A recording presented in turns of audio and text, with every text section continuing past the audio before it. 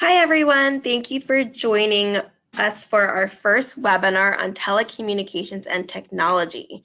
This is the inaugural webinar in a series of 3 webinars exploring the topic. This webinar will dive into future of work issues as they impact the Asian American community and other underserved communities. How will the advent of artificial intelligence and machine learning affect the presence of communities of color in certain professions? What job sectors are especially vulnerable to being entirely run via digital means?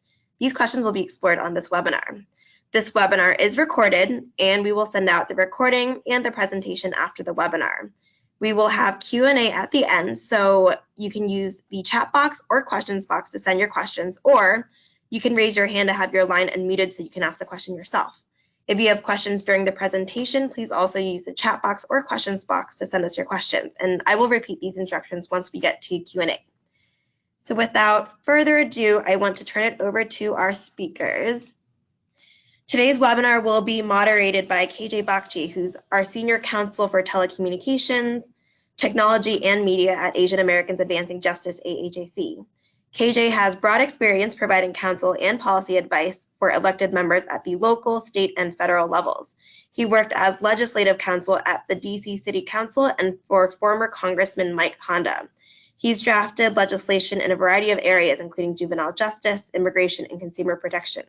Through various roles, KJ has developed programs, trainings, and conversations to embolden and empower the AAPI community in civic participation. We are joined by 2 amazing colleagues in the telecommunications and technology space. Harin Contractor is the Director of Workforce Policy at the Joint Center for Political and Economic Studies. The Joint Center for Political and Economic Studies creates ideas to improve the socioeconomic status and civic engagement of African Americans. A self-described data nerd, Harin loves working on problems, looking for creative solutions, and helping people make connections to enhance their goals. Previously, Harin worked at a tech startup that used government data to empower communities and worked in the Obama administration at the U.S. Department of Labor as the economic policy advisor to the secretary. We're also joined by Alejandra Montoya-Boyer, who is the Associate Program Director of Economic Development at the National Association of Counties. The National Association of Counties unites America's 3,069 county governments and supports healthy, safe, and vibrant counties across America. Alejandra is responsible for the execution of a grant program on county leadership and advancing economic opportunity. She has a diverse background in policy, grassroots advocacy and campaigning, and program management, and deep content expertise in technology, workforce development, and racial equity, with experience in the nonprofit and philanthropic sectors. Immediately prior to joining NACO, she worked as a program officer at the Bill and Melinda Gates Foundation. Before that, she was the program manager for the Innovation and Opportunity Program at the Joint Center for Political Economic Studies. And with that, I will turn it over to our moderator, KJ. Thanks, Bessie. Good afternoon, everyone, and good morning to our friends joining us from the West Coast. As Bessie mentioned, my name is KJ Bagchi, and I serve as AAJC's Senior Counsel for Telecom, Tech, and Media. I'm excited to be a part of AAJC's first webinar on telecommunications and technology issues. While being an advocate for our community is important to AAJC, so is educating our friends, partners, and allies across the country. We are proud to undertake this effort in partnership with Spectrum to explore these topics and their impact on Asian American and Pacific Islander communities. Technology has been an amazing connector and equalizer for our communities. Information is only a click away. We stay in touch with our families and culture by sharing photos and recipes, and we remain connected to our networks through emails, video conferencing, and webinars like this one. Those of us in the civil rights and direct services space have begun to see the aggressive intersection between technology and the issues that we care about, such as voter suppression, violence stemming from racial hatred, and the evolution of the workplace. Through this series of webinars, we hope to explore the telecommunications and technology issues that matter most for the fastest growing minority community. We kick off these discussions by focusing on what impact the innovation of the tech industry will have on the jobs our communities rely on to make a living. We're joined by 2 experts who will not only help us understand that the future is not all doom and gloom when it comes to machine automation in various occupational industries, but also help us understand what is currently being done, and more importantly, what we can do. All right, we are experiencing some technical difficulties, so we are going to jump forward to Alejandra with the National Association of Counties. Sure. Well, first off, thanks AAJC, thanks KJ. I'm excited to be here to talk about the future of work. As Bessie said, I'm Alejandra Montoya-Boyer. I'm the Associate Program Director of Community and Economic Development at the National Association of Counties. And we work, we're a member organization that supports the nation's 3,069 counties. And our team, specifically the Community and Economic Development team, works to develop and deploy programming that increases county leadership to help create counties that are economically resilient and upwardly mobile to ensure vibrant, inclusive communities for all. So to just give you a little picture of our of counties across the United States, over 70% are rural, and so we deal with unique challenges on rural communities and rural poverty. The Asian American and Pacific Islander community is actually very urban. 97% live in cities or near cities, so not a huge swath of our representation. We have 600,000 rural AAPI communities or AAPI members, primarily in Texas, California, and Hawaii. But so our work, next slide. Particularly, we take a pretty broad lens as we talk about the future of work. We're really trying to incorporate and understand the changing economies across the country, shifts in our workforce development, and what our workforce actually looks like, in addition to adapting to technological changes. So this is 4 of our big programs that aren't specifically future of work, but we talk about, next slide, diversifying economies. We're really working with our coal-reliant communities, primarily in Appalachia, but also in the West, to help retool their economies to becoming more resilient to changing conditions.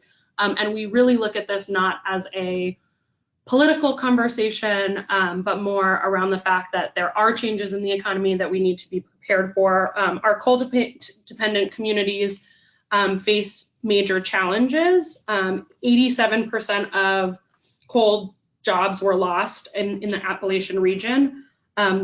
Luckily, the Asian American Pacific Islander percentage doesn't make a huge percentage of that workers, only 2.6%. But we are using this work to really connect and partner with counties that are changing their economies in other ways. So we connect this work to changes across manufacturing, textile, timber, and then of course changes from automation and technology. Next slide.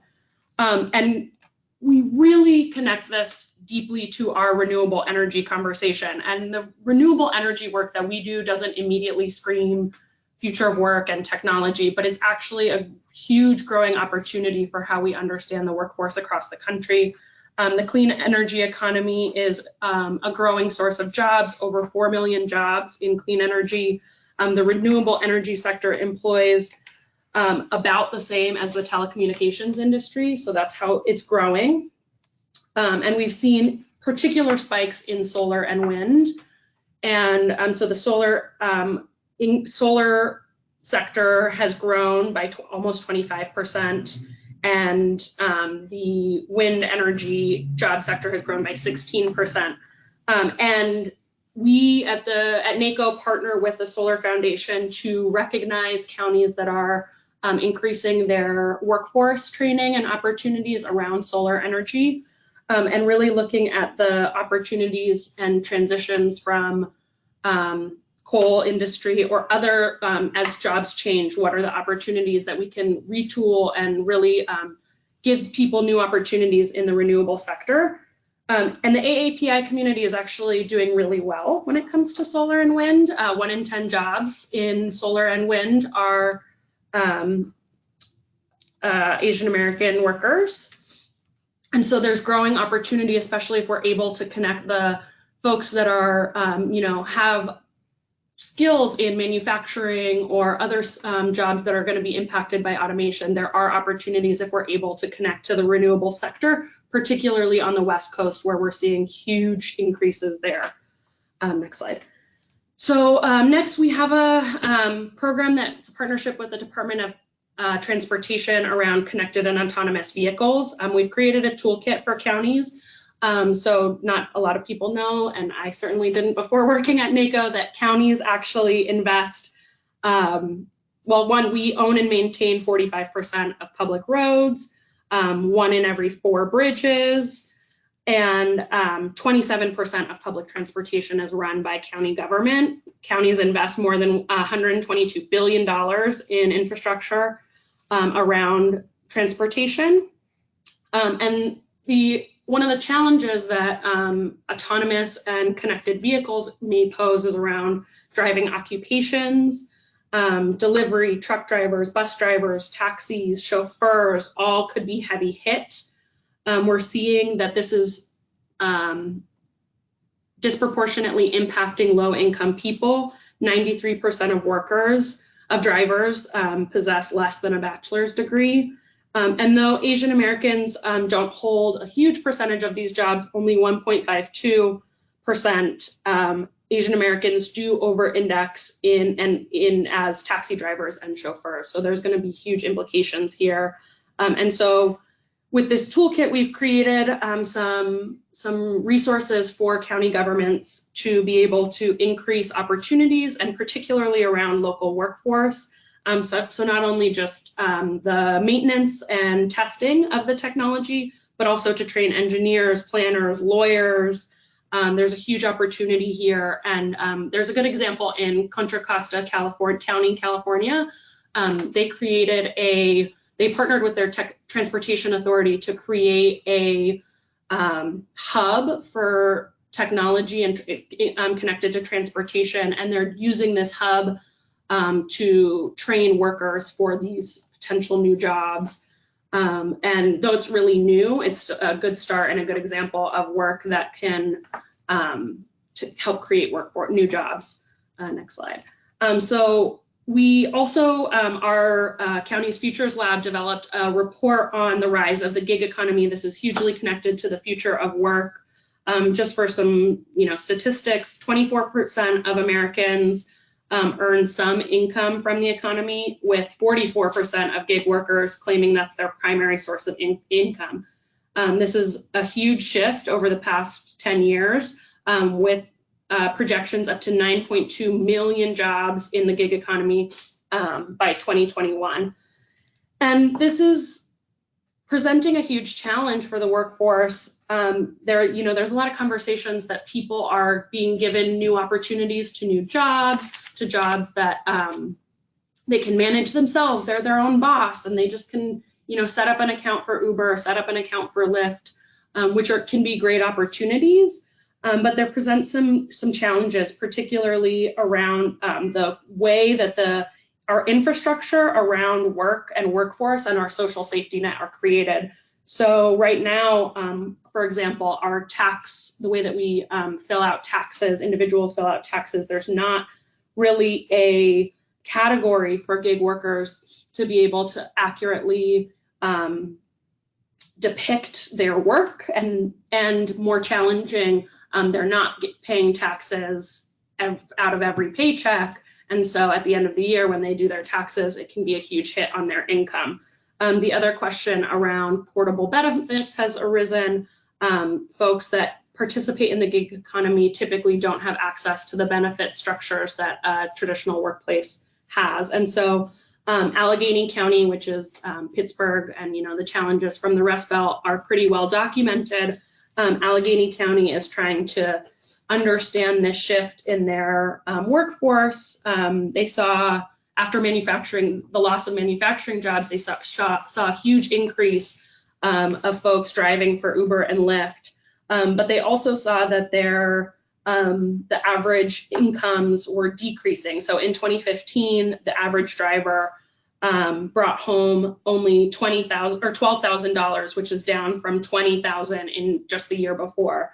So one of the things that Allegheny County is working to do is to create financial literacy classes, specifically targeting gig workers, to be able to plan for their taxes in particular, but also to create budgets and systems to really understand how this will impact. And if you go to the next slide, I forgot about it actually.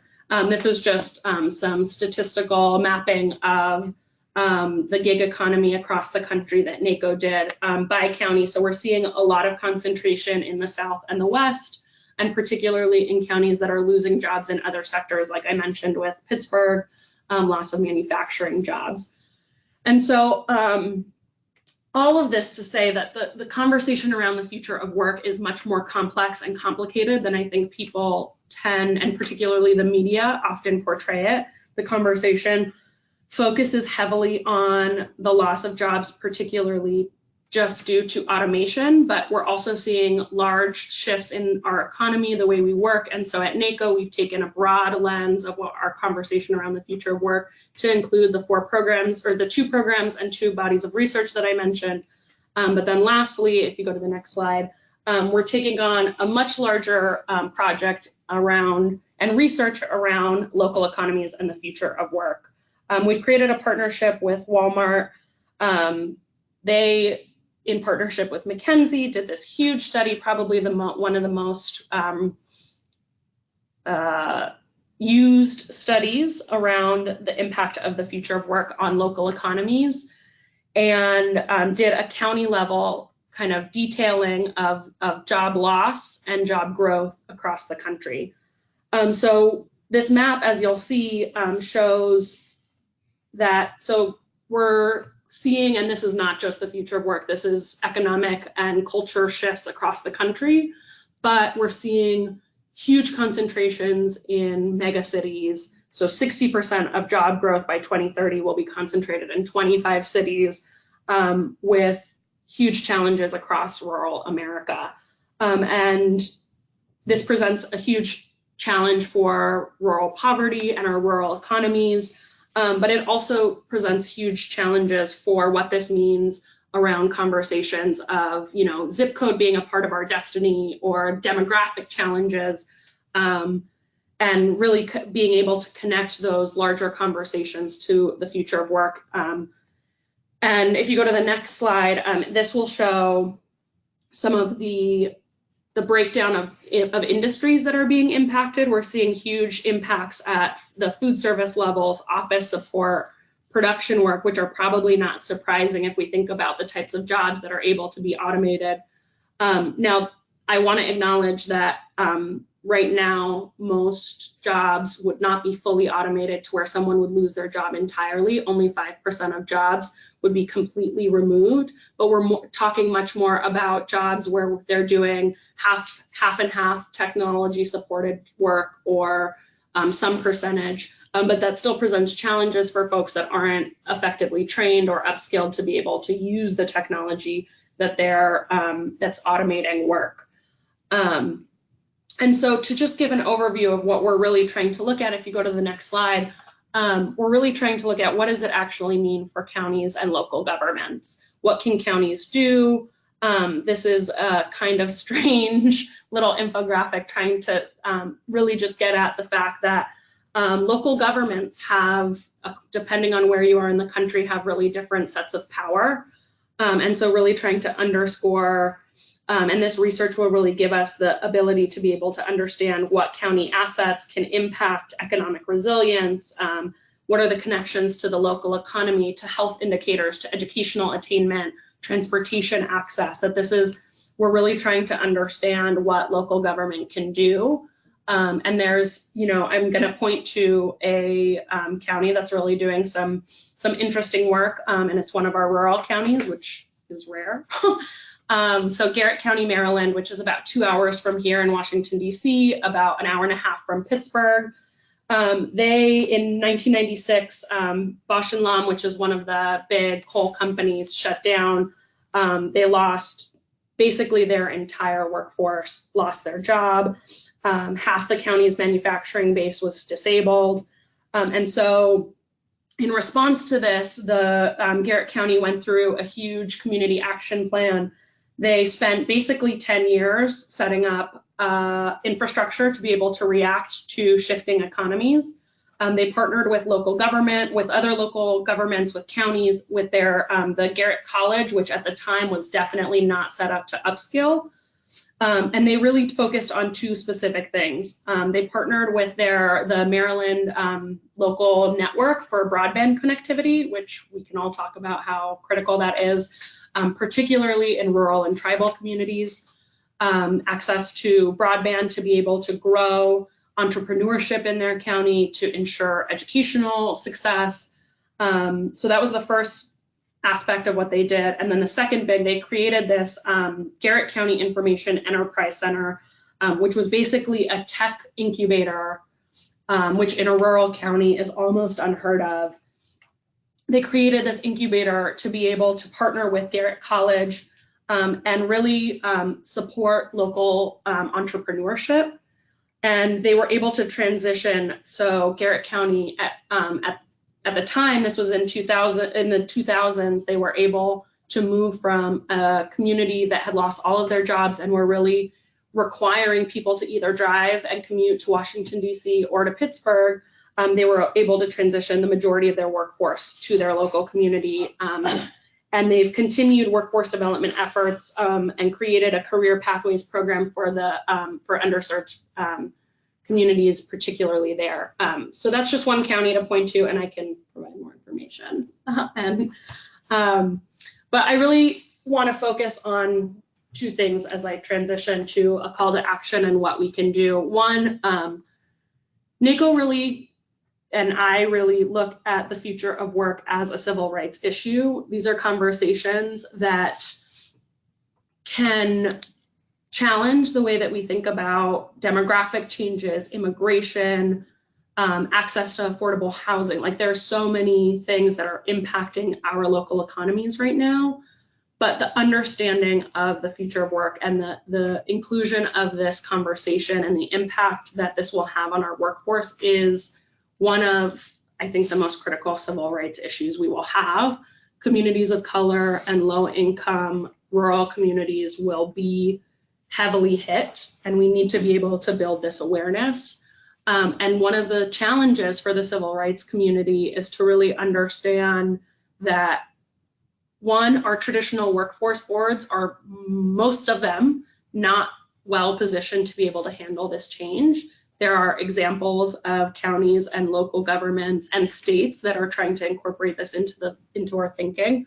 But right now, this is, we need to be pushing more. And so something that civil rights organizations and community-based organizations can really do is to build awareness and understanding of the future of work and workers, because this also incorporates conversations around worker well-being, a living wage. And I don't want to be on a soapbox the whole time, but really trying to understand the problem, and then also make sure that our local governments take this issue up. So, bring these conversations to local county commissioners, to mayors, to state officials, because right now, I don't think the federal government is well positioned to take this on.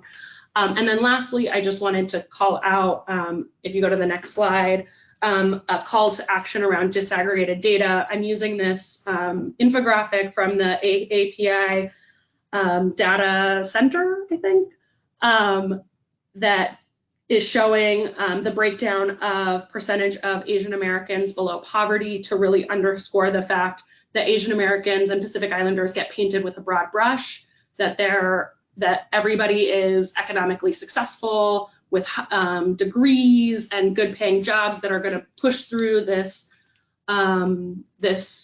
future of work challenge, and that's actually really not true, that there are large portions of the communities of Asian Americans that could be deeply impacted by this work. And, not new information for civil rights orgs, but just wanted to highlight that. And I'll stop there. All right. Thank you, Alejandra, for that informative presentation. I definitely have a few questions which we'll get to at the end of the program. I think we have Harin back online. Yes, hi, KJ. Can you hear me now? Yeah, go ahead. Great. Hey, apologies, everyone. Thank you for the time. I will go quickly through these slides. So the Joint Center, thanks for having us on here. We just released a survey, probably the most comprehensive survey by race in terms of sentiments around the future of work and workforce development.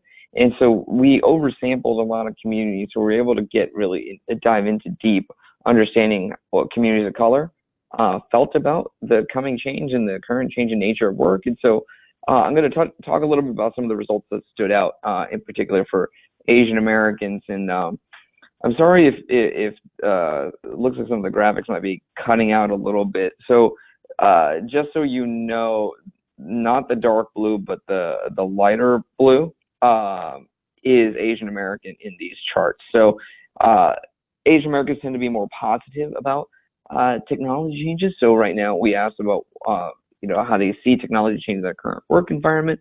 As you see, 47% of Asian Americans tend to find that technology provided greater efficiencies, and 41% felt that there were more opportunities, obviously greater than all the other racial counterparts. And so that was kind of the main takeaways. Overall, they're a little more positive in terms of technology, and they view a little more as more opportunities. Next slide. And then we asked about how they've seen changes in their current employment, and maybe due to occupational segregation or where Asian Americans tend to employ, they are seeing more use of technology within their jobs. And so you couple that with maybe some of the more positive views. Maybe they're seeing technology create more efficiencies. They tend to work in occupations that maybe more that require higher skills, and so maybe they're seeing this, and maybe that's a good thing for them. Again, we could dive into a little bit more, but overall, they're seeing a little bit more use of technology. So we can go to the next slide here. Right, and so we're asking folks like, hey, now that you're seeing some of this change happening, potentially there might be some displacement, or, as Alejandra spoke, some, job changes.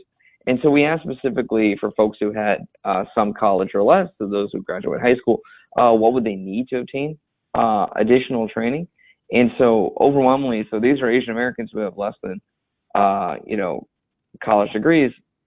They're only wanted more additional education to prepare for changing nature of work. So overwhelmingly, they wanted to go to community college or get an in-person degree, more so than their other counterparts. And so that's really interesting from a policy standpoint. There are Asian Americans who, don't fit the model minority stereotype, right? So Chinese Americans in particular have high school dropout rates.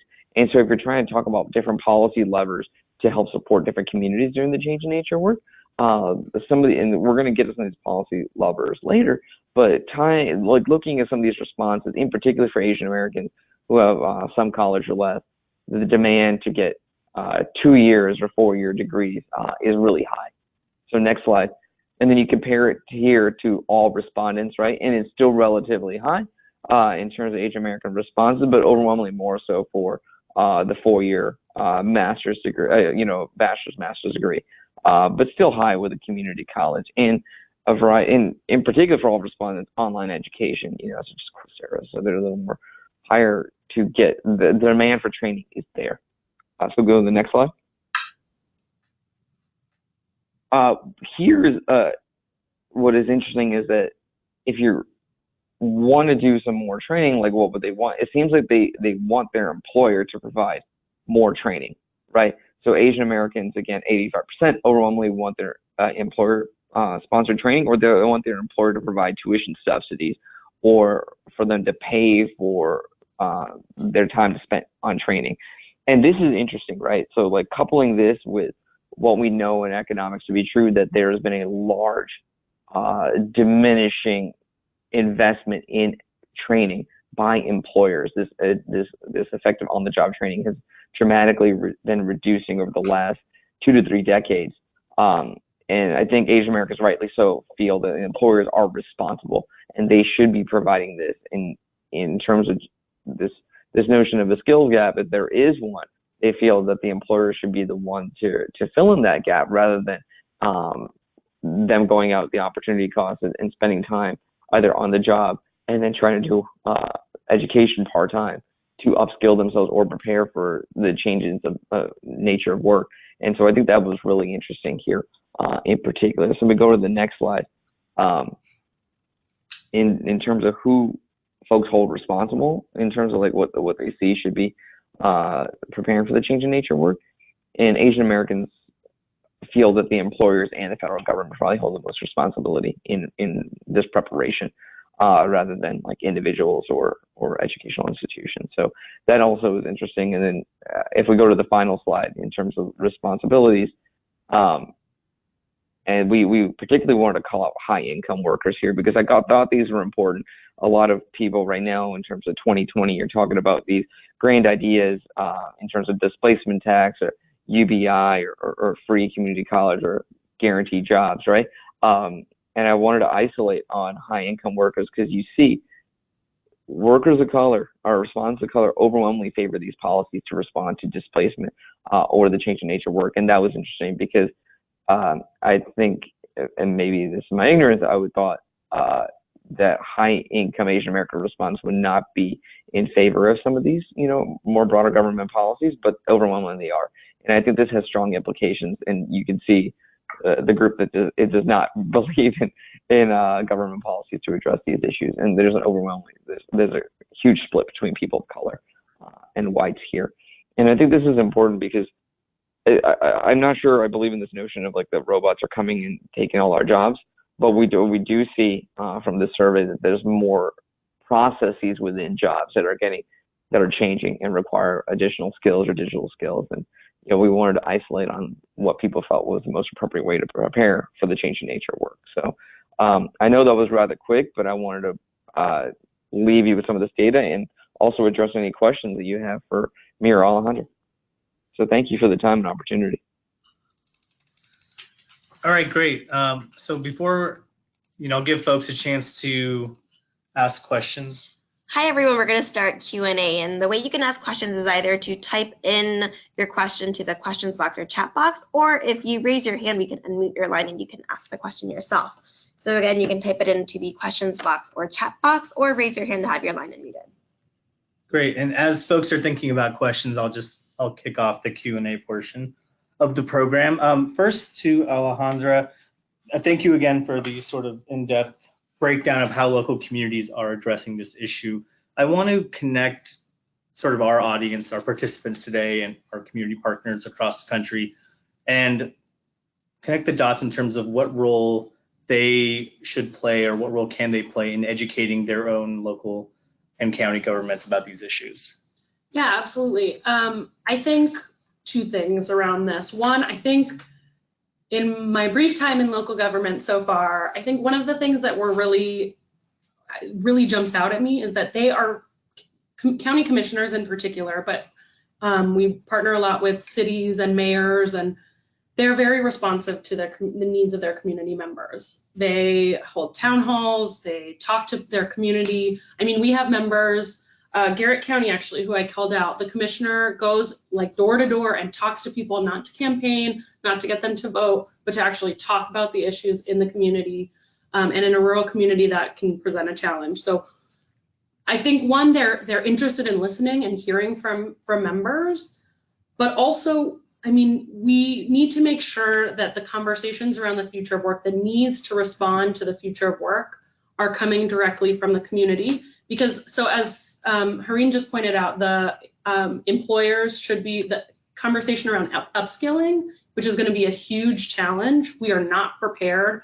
I think I saw a statistics that it'll be $34 billion in upskilling over the next 10 years, that we're not prepared for that. And so if we leave it up to companies and employers, they're not going to take on the responsibility of the training, in my opinion. And so the statistics showing that particularly communities of color, but really all folks are interested in having employers taking on that role, there needs to be pressure on those employers, and that's going to come from local governments, in my opinion. And so to have members of the community, and particularly marginalized people of color, really pushing their county governments, their mayors, the school board, this is going to be a community and collaborative process, but to push folks on ensuring that they're not stuck with that bill, that it's not my job to go reskill because I don't have the tools to be able to do my job anymore, that it really needs to come from the employer. And I think that local government can have that influence if they're pushed to do it. That's great. That helps out a lot.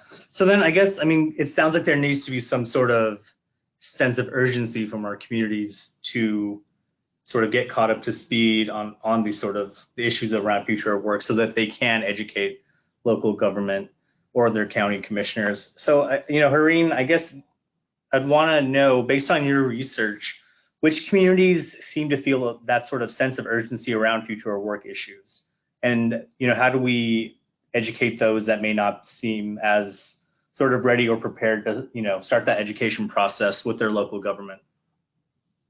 I mean, it seems from our data that people of color are aware this is happening. They demand more training and preparedness, right? And that's why they feel that either employers or governments are most responsible to help prepare for this change. And while, disparate efforts are happening, when you compare the United States workforce system to other developed countries, we're amongst the last in terms of spending per capita for workforce development. And if we're talking about trying to prepare for the skills of not only tomorrow, but today, we're at a competitive disadvantage if we're not even we're barely spending more than Mexico, and we're spending less than all the other developed countries combined. So I think this is something that is urgent, that I think communities of color recognize, especially for economic mobility and opportunity. It's something that they need to listen to, especially as the populations change and demographics change in certain localities. I think ways to address this, and especially as we talk about upskilling through in-person training or free community college or 2 years of college, I think those are important endeavors. And I think, Tennessee's taken a big step toward doing that. I think that's a model that could be replicated. They have a Tennessee Promise program, which provides 2 years of free community college as well as free vocational training for adult learners, and that could be a model that could be replicated not only at the state level but localities as well. That's great, thank you. So let's go ahead and go to our questions. We have a question from Alice from California, who's asking if our speakers could try to frame the conversation around civil rights and future work. So we'll start with you, Alejandra, if you can sort of dig into that a little more and sort of helping us, those of us in the civil rights space, kind of draw this out as a civil rights issue. Yeah, I mean, fundamentally, access to information, to education, and to jobs is a civil rights issue. That's certainly not my statement or anything new for me. And, the future of work, the conversation can be, or is being told as if this is a new thing. This is not a new thing. The Industrial Revolution, we've seen changes in our workforce for, ever, basically, from when, like, the cotton gin, all of the different changes that we've seen to our workforce. What makes this, in my opinion, much more of an urgent civil rights issue is that this is basically the first time when people of color had the opportunity to have a voice at the back end of the conversation, that we're at the table in the first place, that we're even having this webinar, that, like, there's a group of people of color that are informed, talking about these issues, is a change from the 1800s. And so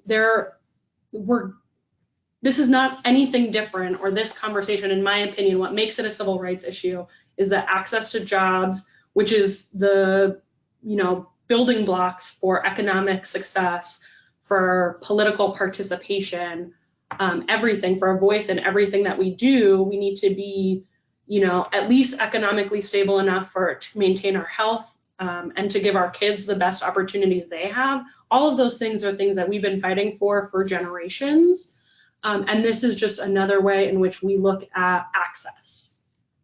That's great. And Harin, did you want to add anything to Yeah, I think that's right. I think that's right. Even though we've seen these changes in the past and disruption in terms of labor markets, the policy, prescriptions have always been exclusionary, right? If my boss likes to talk about the GI Bill a lot, right? It's one of the main drivers of growing the middle class, after World War II. But it excluded a large number of people of color, particularly African Americans, because one, a fair number of the colleges didn't admit, African Americans or people of color, and then two, just based on where folks live, it just didn't provide the same opportunities and access, right? There's a limited number of spots at HBCUs, and so when we're talking about different policy avenues, we need to think about it in terms of an inclusionary lens and civil rights and access, because if we're trying to talk about ways to provide mobility, access to training, government funds, or even private funds, they need to do it with all communities in mind, right? Like today, to this day, I don't know if New York State or New York City understands the high-level high school dropouts in the Chinese American community, if they're targeting educational or re-engagement plans for that community. When we're talking about My Brother's Keeper, are they actually thinking about Asian Americans in that sense? So when we're talking about holistic changes in policy, we need to do it for all communities. I appreciate that. Our next question comes from Olivia from New Jersey. She's asking, for those of us who serve constituents, how can we educate them about future work issues in an easily comprehensible and tangible way? What kind of resources can we provide them? I'll go ahead and start with Alejandra here in the room, and then we'll go to Harin. Yeah, I mean, I think one, the organizations here, AAJC and the Joint Center, and a little bit NACO, have resources on understanding kind of the problem of that we're talking about, the future of work. So there are educational resources there. But there's also there's a lot of educational resources at local community colleges. Some schools are starting to, K-12 schools are starting to talk about this. The conversation is growing, and I think that, if we utilize the resources of our local community centers, libraries, I saw that one of the libraries I was in Multnomah County, which is Portland, Oregon, 2 weeks ago, and they invested in a maker space, and they were connecting it to the future of work. And so I think there are resources in our local communities. We just have to find them. But I also think that that's another call to action, to be able to put together a resource hub for the future of work, and maybe with a particular lens on the civil rights community. That's a great idea. Harin, what are your thoughts? Yeah, I think that's, no, of course, just building off Alehandra's very smart points. Again, I think another way is engaging with, local workforce boards. And, when we're talking about civic engagement, the Asian American community still has ways to go of getting more civically engaged with local elected officials. But, going to local town halls and talking about ways we could partner with local private organizations, right? Because, a lot of these firms have built-in roots with the community. They want to see the community succeed because it's not only good for their bottom line, but it's good for, building a pipeline of talent. Some of these communities want to do the right thing. They're just not aware of the best way to do it. So engaging them, like, hey, we need you to invest in this local community college, or through the K-12 program if you want to continue to build resilient communities for the economy. Because we can't just go from a economic cycle. We need to be able to build economic resiliency that'll handle the next downturn. And the only way to do that is investing in skills early on. And so creating public-private partnerships, more registered apprenticeship programs that provide pathways and opportunities, working with local employers and government. That's in community groups. That's honestly the best way to do it. Some models that we've heard anecdotally are employers working with local Black churches in terms of providing apprenticeships or on-the-job opportunities. I think those are strong models that could be built up, again, replicated for Asian American groups as well. But it takes a level of certain local civic engagement to do that. That's great. Thank you, Harin. So with that, before I kick it over to Bessie, I just wanted to thank our speakers, and I also wanted to thank Bessie Chan-Smith and herself for helping us organize this webinar, and also for her amazing work she does with all of our community partners. This topic of the future of work is starting to get more traction. We're seeing it even in presidential debates where Andrew Yang talked about the idea of workers being displaced by machines. With the pace of technology and all the innovation, we have to make sure that no one in our community is left behind. And I hope that today's conversation takes us one step closer in that direction. So with that, I'll kick it over to Bessie. All right, thank you so much to all of our speakers today, Alejandra, Harin, and KJ. Again, this presentation and a recording of the webinar will be circulated to everyone. So thank you for joining us today, and thanks for your patience with our tech issues at the very beginning.